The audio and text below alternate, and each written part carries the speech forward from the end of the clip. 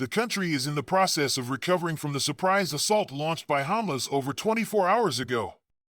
Shortly after dawn, they attacked numerous places along the perimeter that surrounds Gaza. They managed to infiltrate into Israel with 1,000 fighters unexpectedly. The Israelis obviously had nothing in place to counter the attack immediately. They came across in these sort of flying machines that you could launch with gliders, individuals. It's really quite amazing. It was an astonishing feat. Interestingly, something similar happened during Yom Kippur, the holiday in Israel, in 1973. The Egyptians surprised the Israelis. I think it's important for us to understand what's behind the surprise, if you want to take a minute and talk about that. Yes, what is behind a surprise, and how could Mossad, MI6, and CIA not have known about this? Well, in 1973, the Israelis observed lots of repeated practices by the Egyptians, moving up to the canal and placing elements and forces there. However, they did not believe that the Egyptians had found any way to breach the sand walls and cross the Suez. Obviously, they had done so, but it went unnoticed. So what was regarded as just another practice became the real thing. Another surprise for the Israelis was that the Egyptians didn't move very far. They established what seemed to be an almost impregnable defense. Because the Egyptians were desperately trying to make it clear that they wanted back the Sinai, they were not necessarily interested in destroying Israel in their alliance with Syria. I think that's very important to understand. This led to a settlement after the 1973 war. But today, we've seen Hamas fighters penetrate deep into the country immediately. They've killed over 1,000 Israelis, and the death toll is rapidly increasing. We probably haven't seen the end of it. I've heard people estimate 1,200 to 1,500 dead Israelis. Their interest was in killing anyone they could, moving into settlements, murdering families, men, women, and children. Anything was possible. They took hostages, obviously to use as threats against Israelis in various ways and to disrupt them. So the message from Hamas is crystal clear: if we have the opportunity and can infiltrate Israel, we will kill everyone. These circumstances are very different from those in 1973. How could the intelligence services miss this? Is Mossad not the most effective in the world? Well, everybody periodically makes mistakes. Mossad is very good, but currently heavily engaged in Ukraine, much to Russia's disappointment. They have been focusing elsewhere. I don't think anyone believed that such a well-coordinated and disciplined assault could be launched by the Arabs and Hamas. They had never manifested such an ability in the past. That's why, when someone asked me what to call this, I called it the Little Bighorn effect. Similar to when Custer arrived with his 300 troops at Little Bighorn and saw thousands of Indians, he immediately attacked because historically, whenever the Indians encountered a large force of regular army, they simply fled. But this time, they didn't. Thousands of Indians who had never cooperated before cooperated with each other. Similarly, in Israel, I think the Israelis simply did not believe this was possible. Even if they saw some evidence of preparations, they dismissed them. What's really tragic is that, after 60 years since the 73 war, there was no formation in the south, an army formation, I mean. No formation up north facing Hezbollah either, that could have been rapidly mobilized to neutralize these assailants. Israel is not adequately defending itself. Its intelligence services are focused on Ukraine. I didn't know that, although maybe you or Larry O'Ray mentioned it before. Perhaps serving the CIA and the Ukrainian intelligence service. Its Iron Dome wasn't operating, and its troops were caught off guard. How could that be? It's surrounded by people who want to destroy it. Well, remember, the Israelis also shipped enormous quantities of 155mm artillery ammunition to Ukraine at our request, and that ammunition has been very important to Zelensky and his team. I think Zelensky forged a relationship with the Israelis, and that relationship may well have distracted them from watching their own border. We don't know. But the other point is this: you can see evidence of something, you can see indicators, but you can also deceive yourself. We deceived ourselves, and we got the Battle of the Bulge. Many saw things happening, reports came up from the lowest level, but the senior officers involved didn't pay attention. Similarly, in Israel, the decision was made that there was nothing to worry about. They believed they could cope, and they were wrong. I'm sure Mr. Netanyahu and his administration will pay a price for this. I'd be very surprised if Mr. Netanyahu is not gone in the next few weeks. Can the United States supply Israel with the 155mm shells? Supposedly, we don't have any left. We gave them to Ukraine and substituted them with cluster bombs. Do I have that right, Colonel? Oh, yes, absolutely right. I don't think we have any 155mm ammunition to send unless we're going to pull in the remaining stocks for the forces supposed to be held in readiness. So I don't know if that could be done. We can supply the Israelis with other kinds of things, but 155mm ammunition is certainly not one of them. I mean, you've got O'Brien on the phone, calling everyone in the world to try and secure more 155mm ammunition almost every day. So no, we can't send that. Can we supply Israel and Ukraine at the same time? Well, Israel goes to the head of the line because of its historic relationship with the modern U.S. Well, that I don't know. You know, it's not so much a question of being at the head of the line as to what can be done. Now, we've apparently found 1,000 Army tactical missile systems. These are rockets that are technically out of date, but we know they work. And we found them, and I'm told we're shipping those to Israel. So that's an enormous quantity of ammunition and firepower. Will that change the war and the outcome? No, not at all. But it will provide the Israelis, or the Ukrainians, with the opportunity to attack Russia on Russian soil, which I guess is what they're interested in doing. But as far as Israel's concerned, we can certainly supply them with large quantities of ammunition, particularly for their air forces.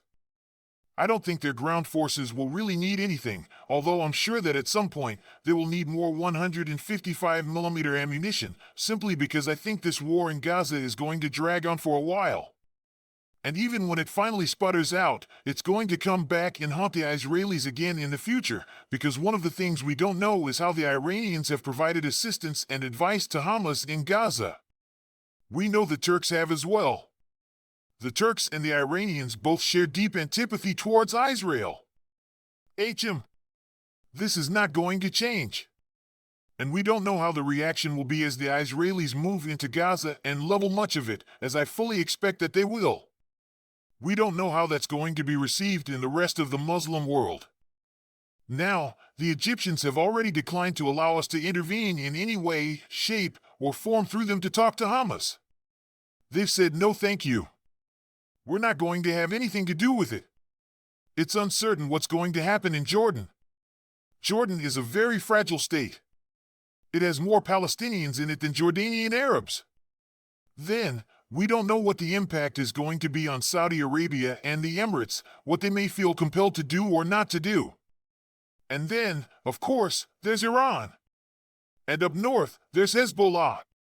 Now, Hezbollah fired a few rockets, or at least someone connected with them did. But Hezbollah has not launched a decisive offensive operation against the Israelis. If Hezbollah stays on the sidelines and out of this fight, then I think the Israelis can crush Hamas and restore some measure of security and stability for Israel. But if Hezbollah decides to put itself at risk, even at the risk of being destroyed, in an effort to support Hamas, the consequences for Israel could be very serious because the Israeli Defense Force would then really be stretched to deal with both threats. And we don't know what Iran might do at that point. Right. There's a United States carrier group, which I assume includes an aircraft carrier and other support vessels, in or headed towards eastern Ukraine, in the east. Is this to quell Gaza? Is this to attract some firepower? A sort of Gulf of Tonkin? Why is it there? I think this is going over there to signal support for Israel, to signal the Biden administration's readiness to support Israel in whatever way we can. Now, what can the carrier battle group do that's 50 kilometers offshore about what happens in Gaza? Probably not a lot. Would we be able to intervene and assist the Israeli Air Force if suddenly it had a two-front war, as we were discussing earlier? Absolutely. They could do that. But carrier battle groups offshore don't have that much impact on land. But they certainly look great on the evening news. And they make everyone very happy that this great and powerful force, largely irrelevant on land, is stationed right offshore from Israel. Do you think that with the now obvious loss of the spring, then summer, and now fall offensive in Ukraine, the American neocons and globalists might turn their attention to Israel and basically give up on Zelensky? You know, I've heard a lot of people ask that question. I don't know the answer. First of all, we have a long relationship with the Israelis. We have an interest in the survival of the state of Israel, let's put it that way. I think everyone in the region knows that's important. I think the arrival of the carrier battle group reinforces that. As far as Ukraine is concerned, that's an entirely different issue because we really can't bring much to bear against the Russians without risking a direct confrontation with them. And let's face it, every time you're involved in a proxy war where you're trying to hurt someone through someone else, there's always the danger that the proxy war suddenly falls to the wayside, and you're in a direct confrontation with the Russians. And that's what I'm worried about at this point because we've had some very stupid things come out of London, as well as Washington, about what we will or will not do with the Russians. The example of Mr. Grant Shapps, the new Minister of Defense in England, announcing that he's discussing a proposal to send British troops to Ukraine to train Ukrainians inside Ukraine is an invitation to a larger war that will involve Great Britain.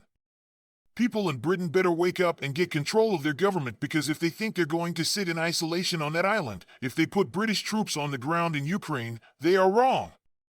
Here's President Zelensky in an address to the nation, blaming you can guess who on the attack on Israel. Today was a very eventful day. Various meetings, and among them those related to the latest international developments, are of particular importance. I held a meeting with the heads of our intelligence, the main intelligence directorate, and foreign intelligence service, as well as with our diplomats on the situation in and around Israel and on the overall situation in the Middle East. This is of fundamental importance for us, not only for Ukraine but also for the entire Europe. According to the available information, a very clear one: Russia is interested in triggering a war in the Middle East so that a new source of pain and suffering could undermine world unity, increase discord and contradictions, and thus help Russia destroy freedom in Europe. We see Russian propaganda gloating, we see Moscow's Iranian friends openly supporting those who attacked Israel, and all of this is a much greater threat than the world currently perceives. The world wars of the past started with local aggressions. We know how to counter this threat. We are preparing appropriate steps, and most importantly, we are defending the need for maximum unity in the world. Today, I addressed the NATO Parliamentary Assembly, first of all, on the issue of unity. Every state in the world must now choose how it will defend international law. Is there any evidence of which you're aware that the Russians fomented, supported, or rejoiced in the Hamas attack over the weekend? No. I haven't seen any evidence for it. And I think, as I pointed out earlier, I know that the Russians are probably very disappointed in the role that the Mossad has played and in Israel's decision to ship ammunition. As I'm sure many of your viewers are aware, the Russians have worked very, very hard to maintain peace in Syria and prevent the war in Syria from spilling into Israel. They have accommodated Israelis when they felt obligated and necessary to strike various targets, and the Russians have told the Syrians that if they move anything from Iran into the country that could be threatening to Israel, the Russians would not protect them. So, I think the Russians are disappointed that after having cooperated closely with the Israelis have not honored their relationship with Moscow and have suddenly turned to arm the Ukrainians. However, I don't see any evidence that the Russians are in any way, shape, or form involved. I am quite certain that the Iranians and, to some extent, the Church have obviously helped the Hamas fighters. I mean, these Hamas fighters behaved very differently from Arab terrorists that we've seen in the past. This was extremely well planned, very well coordinated. Everyone in these various fighting groups knew each other, where they were going to go, and what they were going to do, and they have inflicted significant losses on the Israelis as a result.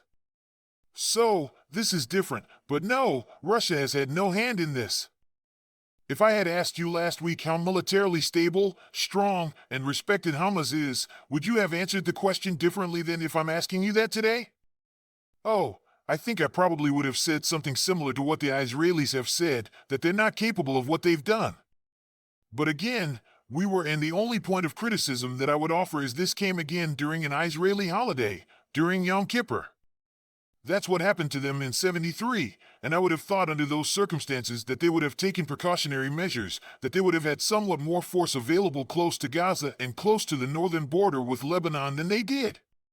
Now, it turns out that they did not, and that may boil down to an assessment by the very senior intelligence people that was delivered to Netanyahu, reassuring him this was not the case. In addition, I think Hamas thought that they would have more success because of the divisive nature of Israeli politics right now. Mr. Netanyahu is an extremely controversial figure. Either people love him or hate him.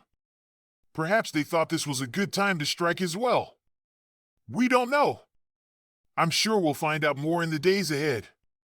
Here's General Milley, actually before Milley here's an NBC reporter, an Israeli-American reporting that the Israeli defensive dome, the Iron Dome, wasn't working or wasn't turned on. There's just a state of shock in this country that they could have been caught so off guard. Something else we've been seeing on the road, the truck has moved away now, but we just saw a truck carrying a battery of Israeli Iron Dome missile interceptors. This is a highly sophisticated Israeli air defense system developed with support from the United States. It is the backbone of Israel's defenses. It is what Israel relies on to protect its civilians from this rocket fire from Gaza, but whatever happened in the early hours of this morning, the Iron Dome was not able to stop this barrage. The Israeli military says it was more than 2,000 rockets fired. It's inexcusable on the part of the Netanyahu administration that the Iron Dome wasn't working. Well, it's hard to believe that there wasn't something more substantial closer to Gaza than there was, but let's understand something. If you compare Hezbollah to Hamas, Hezbollah has 40,000 rockets and missiles. Think about it. Look at the damage done by just 5,000. Let's assume that the Iron Dome had been there. The Iron Dome is good, but it is not capable of stopping everything. What you have to expect in modern warfare, whether it is a proxy war as we see in Ukraine or this kind of semi-proxy war in Hamas against Israel, you've got to expect that these rockets and missiles will be fired in such quantity that they can overwhelm any defensive system. You're never going to build a defensive system that's going to knock all of that down anyway. So yeah, I'm sympathetic to the question of why there was nothing operating down there. But at the same time, I think we have unrealistic expectations of these defensive measures. Play both clips of General Milley, who maybe this is the last time we have to deal with him. He's in uniform, so this must have been taped before he left. In the first one, Colonel, he says the counteroffensive is still going on. This is dated October 8th, which is yesterday, but it must have been taped 10 days ago before he left office. The second one will blow you away, saying Vladimir Putin wins, expect the American military budget, the Defense Department budget, to double in the next year or two. Here he is. The counteroffensive that the Ukrainians are running is still ongoing. The progress, as many people have noted, is slow but steady, and they are making progress on a day-to-day basis. But expelling 200,000 Russian soldiers? No easy task. Very hard. Very hard. How long is this going to look like this? Oh, a year? 5 years? Well, we can't put a time on it, but it'll be a considerable length of time, and it's going to be long, hard, and very bloody. If Ukraine loses and Putin wins, I think you would be certainly increasing, if not doubling, your defense budget in the years ahead, and you will increase the probability of a great power war in the next 10 to 15 years. I think it'd be a very dangerous situation if Putin's allowed to win. I guess he's looking for a job on one of those defense industry boards of directors. Oh, he'll find a home in any number of so-called think tanks, which we know are really advocacy tanks funded by people who want perpetual war. I wouldn't worry about that. I think two things are worth noting. First of all, Ukraine as a state, and certainly its armed forces, are now effectively on life support. Ukraine is the 51st state. We supply almost everything. We pay their bureaucrats. We pay the armed forces. Of course, You know, a lot of the soldiers aren't being paid properly, but that's because their officers and corrupt individuals in the government are pocketing a lot of that cash, obviously. Just as they don't get all of the weapons and ammunition because it's resold and shows up somewhere else. I'm sure we'll find some evidence for that in Hamas before this is over. So Ukraine is effectively on life support. The real question is, what are the Russians to do? They're sitting in Kupiansk. If they wanted to launch an offensive and immediately seize it, it could be done within days. They could then move straight onto Kiev or Kiev. Why they don't is anybody's guess, but they're in a position to do so.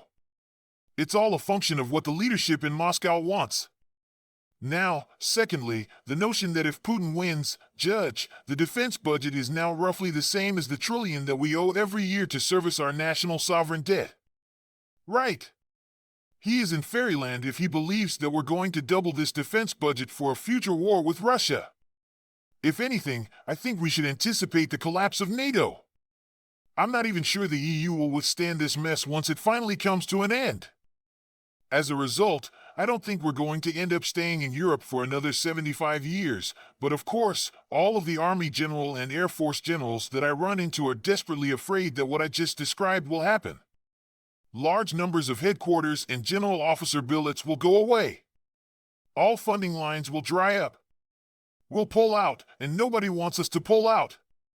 In the meantime, you've got millions of Americans who are begging for the United States Army to come back to the border. You know, we say that roughly 10,000 illegals are boarding buses in Panama headed north to the Mexican border every day to join us up. We have over 7 million that have come into the country. I've talked to someone at Homeland Security, and I said, well, the official number is 11 million illegals in the United States, and 2.3 million have come across since Biden was in office, and they just burst out laughing. He said, where are you getting this stuff? It's at least 7. 3 million have come across since he took over. We have 28 million illegals. Now, everybody will run around and say, well, that's not verified. That's not what the government says. Well, what's the last time the government told us anything that made any sense or was true? So, I think we're in a lot of trouble, and I think he's absolutely off the reservation. He needs to go into therapy. We're not going to do anything remotely like what he described. Colonel Macgregor, thank you very much. Thanks for your time. Thank you for your insight.